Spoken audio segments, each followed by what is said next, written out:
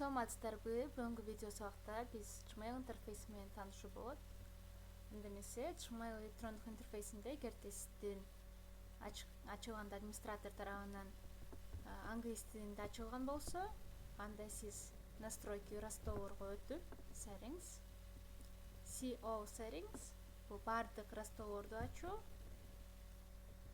Ошол жерден language, языки, тил. Ушул жерден өзүңүзгө керек тилди тандап алсаңыз болот. Бул жерде кыргыз тили жок болгондуктан биз орус тилин тандап алабыз.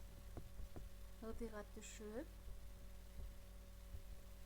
save changes, растоолорду сактоо, өзгөртүүлөрдү. Биздин интерфейс ошентип орус тилине өтүп калат. Андан соң бул жерде сол тарабында ярлыктар бар. Ярлыктар, папкалар. Gmail почталарды классификациялоо үчүн ярлыктарды колдонсоңуз болот. Бул жерде входящий, сизге келген каттар, помеченный, бул жерде звездочка менен, жылдызча менен белгилеп койсоңуз, сизге келген маанилүү каттар ушул помеченный ярлыкта чыгып калат.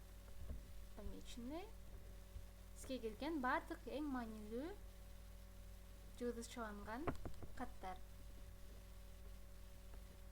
Ошондой эле бул жерде отложенный, эгерде сиз каттарды отложенный койсоңуз, бул жерде отложить, качанкыга кааласаңыз убакытты тандап, ошондо алар отложенный ярлыкта пайда болуп калат.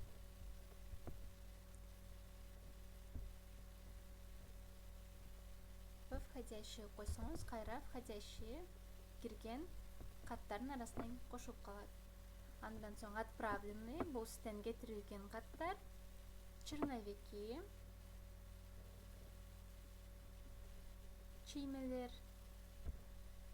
Ылдыйга бассаңыз, бул жерде маанилүү каттар, чаттар, запланированный, сиз пландаштырылган. Муну бассаңыз баардык почтаңыз ачылат. Спам, корзина жана башка категориялар. Категориялардын ичинде социалдык сеттерден оповещениялер, форум, акциялар келген каттар. Ошондой эле өзүңүздөр жаңы ярлык ачсаңыздар болот. Ярлыкты басып, бул жерге ярлыктын атын жазып, ярлык 1 деп койсок,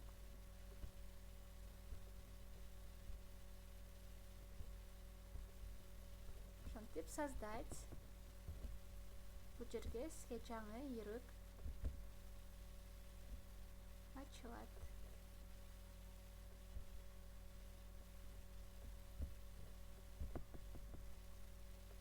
Бул жерге каалагандай өзүңүз сизге келген чаттарды кошуп койсоңуз болот. Бул 3 точканы басып, аны кааласаңыз өзгөртүп, же болбосо өчүрүп салсаңыз болот.